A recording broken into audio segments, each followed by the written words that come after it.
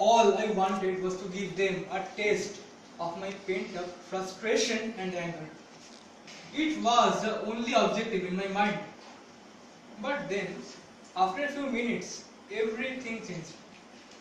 Good morning, fellow Toastmasters, distinguished guests. Good morning. Good morning. It all began exactly 1 year ago from that day, when I first started giving tuitions for all subjects except science to a cousin of mine.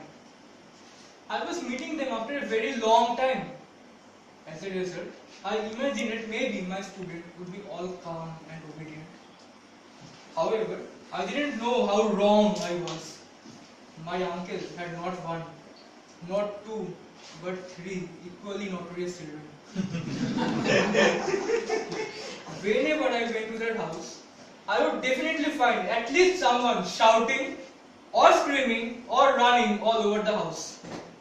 Sometimes they would all shout in unison. Sometimes it would be their parents who shouted and they, for once, would be silent listeners. With time, I got used to all the tantrums and after much effort, settled down to teaching.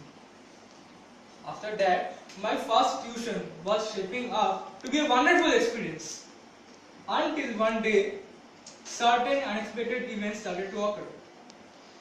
My uncle had a dream that one day, all his children will be world famous chess players. He admitted them to a famous chess academy from a very tender age. They also had multiple private chess tutors. One day I went there at my usual time. I found out that my cousin was not there. Apparently the next big chess tournament was coming up and he was devoting extra hours for chess practice. That day, I went there after attending 2 long, boring become tuitions of my own. I wasted my time and energy in going there. But then I thought that mistakes happened and I politely requested them to inform me about such extra tuitions beforehand. The next day, there was heavy rainfall. I was stuck midway. When I finally got there, I realized that my uncle was about to accompany my student to another chess class. Apparently, they also came to know about it just 10 minutes ago. I thought, okay, maybe it won't happen ever again. But then, it continued to happen at least once in every 2 weeks or so. Once started, these miscommunications never seemed to stop. Every once in a while, a big chess tournament would materialize out of nowhere and I would suffer. I would go there only to find that my cousin was busy someplace else. I tried everything to make sure they informed me beforehand. I became more and more impolite as time went on. Dealing with those miscommunications unleashed a nasty, violent side of my character I never thought existed. But all my efforts went in vain. Different installments of the miscommunication series continued to take place at regular intervals.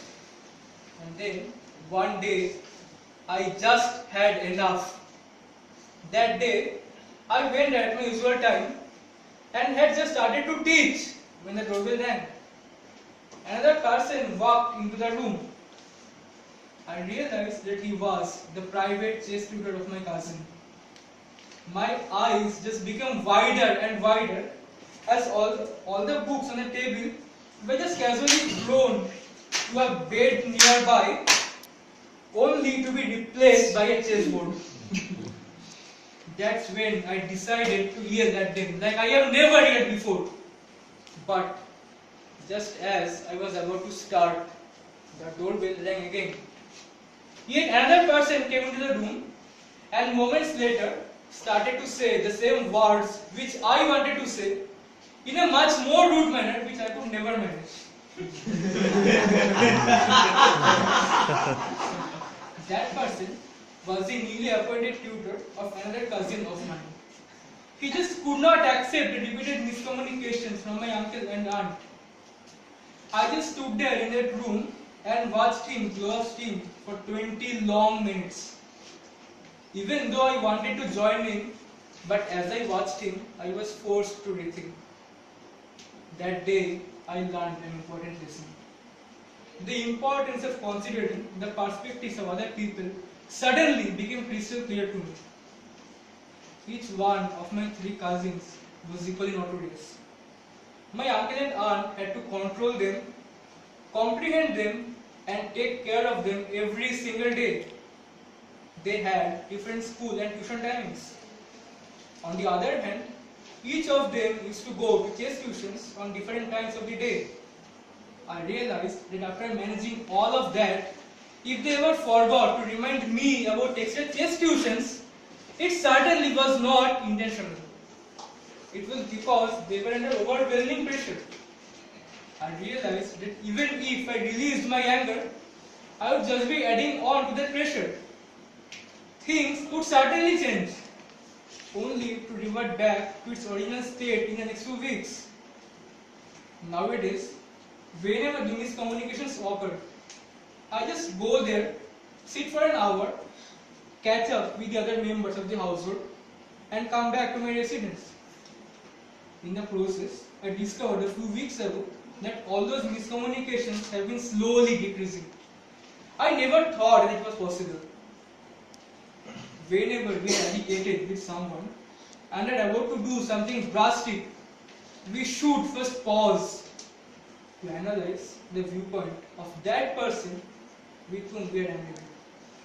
No one is impervious to anger, but we can always choose the way with which we deal with our anger. Anger is just like steam. When nurtured in the right way, it can be a fuel for locomotives. But when handled poorly, it explodes. Is it really desirable for us to explode every single time we feel anger? Or is it ideal to deal with it in a constructive manner? The decision is up to us. Thank you.